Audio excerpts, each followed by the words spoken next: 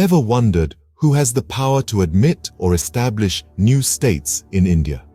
Our Constitution, a comprehensive document, lays out the fundamental political principles, establishing the structure, procedures, powers, and duties of the government. Among its various articles, Article 2 holds a special place. It empowers the Parliament with the authority to admit into the Union or establish new states. This power is vital in shaping the political map of our country. Let's delve into the intricacies of Article 2 of the Indian Constitution. Article 2 of the Indian Constitution is a powerful tool in the hands of the Parliament. It's a provision that grants the Parliament the authority to admit or establish new states. This indicates that India is seen as a federation of states, a union of many, each with its own unique identity and governing system. Under the terms of Article 2, the Parliament holds the power to make decisions on the establishment or admission of new states. This grants the Parliament the authority to accept or reject new states based on the country's material and administrative needs. It's a provision that ensures the political structure of India remains flexible, adaptable, and responsive to the changing needs of the nation and its people. The authority vested in the Parliament by Article 2 is significant. It allows for the expansion or retraction of the Indian Federation based on the socio-political and economic requirements of the time. It's a testament to the foresight of the framers of our Constitution who understood the need for adaptability in the face of change.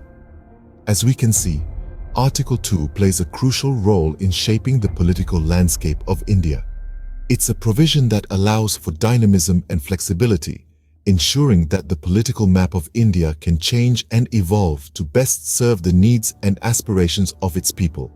But did you know that Article 2 was not accepted without debates? Indeed, the journey of this article wasn't a smooth ride. During the drafting of our Constitution, the Constituent Assembly witnessed intense debates around the definition of state and the powers accorded under Article 2. Members of the Assembly were divided. Some believed that the term state was vague and open to interpretation, leading to potential confusion. They argued for a more precise and specific definition to avoid any ambiguity. On the other hand, there were concerns about the overlapping of powers between Articles 2 and 3. Some members felt that these two articles were treading on similar grounds, leading to a redundancy. They insisted on a clear distinction between the powers accorded under each article. These debates are a testament to the critical thought and foresight that went into drafting our Constitution. It further underscores the significance of Article 2. These debates further highlight the importance of Article 2 in the Indian Constitution.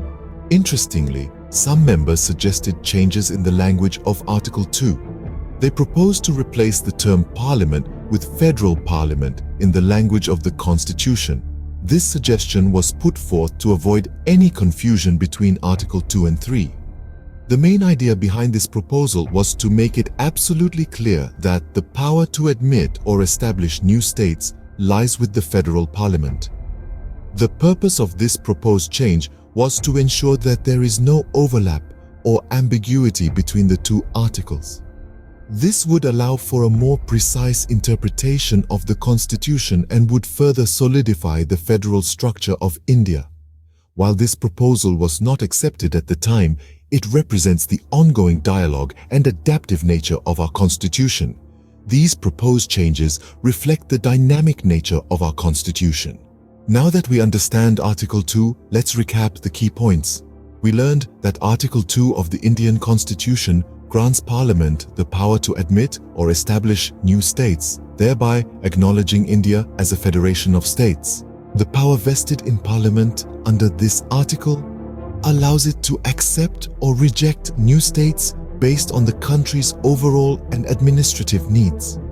We delved into the debates that arose in the Constituent Assembly regarding the definition of a state and the overlap between Articles 2 and 3. We also discussed the proposed changes in the language of Article 2, with some members suggesting the replacement of Parliament with Federation Parliament to avoid confusion between Articles 2 and 3. We hope you enjoyed this video. If you did, please like, share and subscribe to our channel Science of Polity for more such informative content.